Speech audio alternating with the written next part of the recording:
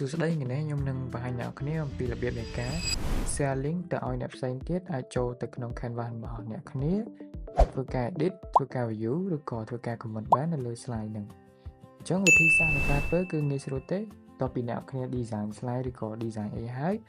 បន្ទាប់មកចង់ឲ្យអ្នកផ្សេងទៀតអាចចូលមើលឬក៏ edit បានអ្នកគ្នាត្រូវចូលទៅកាន់កន្លែងប៊ូតុងពាក្យថា share អញ្ចឹងអ្នកគ្នាចុចលើពាក្យថា share ហ្នឹងមក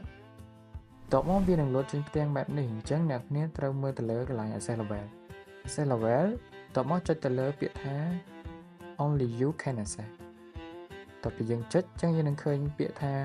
only you can access ហើយនឹងពាក្យថា anyone with the link អញ្ចឹងសម្រាប់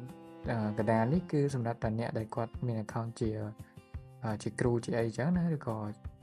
education account មកគាត់មាននឹងបណ្ដៃបើ account យើងធម្មតាយើងមានតែ only you can access ហើយនឹង anyone with the link អញ្ចឹងពីរនឹងខុសគ្នាមិនទី1បើ only you can access មានថាមានតែអ្នកទាំងគ្នាដែលបង្កើត slide ហ្នឹងទេតែអាចចូលមើលបានបើមិនជាអ្នកផ្សេងទៀតក្រៅពីអ្នកទាំងគ្នាដែលបង្កើតហ្នឹងគាត់អាចចូលមើលបានទេបន្តមកទៀតគឺ anyone with the link អញ្ចឹង anyone with the link អញ្ចឹងមានថាអ្នកផ្សេងទៀតណាក៏ដោយដែលគាត់មាន user Canva ហ្នឹងផ្សេងៗដែលមិនជា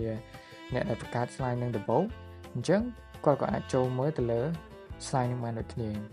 អញ្ចឹងឥឡូវខ្ញុំយក anyone ព្រោះខ្ញុំចង់ឲ្យអ្នកផ្សេងទៀតអាចមើល slide របស់ខ្ញុំបានបន្ទាប់ពីយើងចុចយក anyone អ្នកគ្នាត្រូវមើលទៅលើកន្លែង permission មួយទៀតគឺវាមានកន្លែងនេះគឺសំដៅទៅលើការ share អញ្ចឹងតើអ្នកគ្នា share ហ្នឹងចង់ឲ្យគេធ្វើអីបាននៅលើ slide របស់អ្នកគ្នាឬក៏ design អ្នកគ្នាចង់ឲ្យគេអាច edit បាន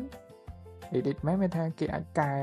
ធ្វើបានដូចអ្នកខ្លះដូចអ្នកគ្នាអញ្ចឹងដូចតែអ្នកគ្នាបង្កើតអញ្ចឹងណាសមាជិកផ្សេងទៀតគាត់អាចកែអាចអីបានតែនៅលើហ្នឹងហើយបើ can comment បើយើងយក can comment មានថាអ្នកផ្សេងទៀតគាត់គ្រាន់តែអាចមើលហើយនឹងគាត់អាច comment ទៅលើចំណុចណាមួយដែលគាត់ចង់ improve ឲ្យអ្នកគ្នាកែអីអញ្ចឹងទៅហើយបន្ទាប់មក can view អញ្ចឹងគឺគាត់គ្រាន់តែអាចមើលបានតែ slide ហ្នឹងទេគាត់អាចចាំណា can view បានត្រឹមតែមើលអត់អាចធ្វើអីទាំងអស់ទាំង edit ទាំង comment ហ្នឹងអត់អាចធ្វើបានទេសិទ្ធិរបស់គាត់គាត់តែអាច view នៅ slide ហ្នឹងអញ្ចឹងមូលហេតុដែលគេអាចដាក់ឲ្យតែ can view can comment ហ្នឹងមានថាព្រោះបើយើង share ឲ្យគេទៅសិនជាគេកែរបស់យើងច្រឡំលុបអីចឹងទៅវាបាត់អានមិនថារបស់យើងចឹងទៅធ្វើឲ្យយើងខាត់ពេលវេលាក្នុងការធ្វើម្ដងទៀតតែបើសិនជាយើងធ្វើជាសមាជិកក្រុម team assignment អីជា can edit វាជាជំរើសមួយដែលល្អគឺដើម្បីឲ្យអ្នកផ្សេងទៀតគាត់អាចកែអញ្ចឹងបន្ទាប់ពីអ្នកគ្នា set permission អីហើយបន្ទាប់មកចុចពាក្យថា copy link បន្ទាប់ពីចុច copy link ហើយគឺអ្នកគ្នាផ្ញើ link ហ្នឹងទៅកាន់ណាគេដែលជាអ្នកគ្នាចង់ឲ្យចូលកែឬក៏ចូលមើលហ្នឹងទៅអញ្ចឹងគាត់នឹងអាចធ្វើការកែ slide ឬក៏ view អីទៅតាម permission ដែលខ្ញុំនិយាយមិញហ្នឹងអញ្ចឹងវីដេអូនេះមានតែប៉ុណ្ណឹង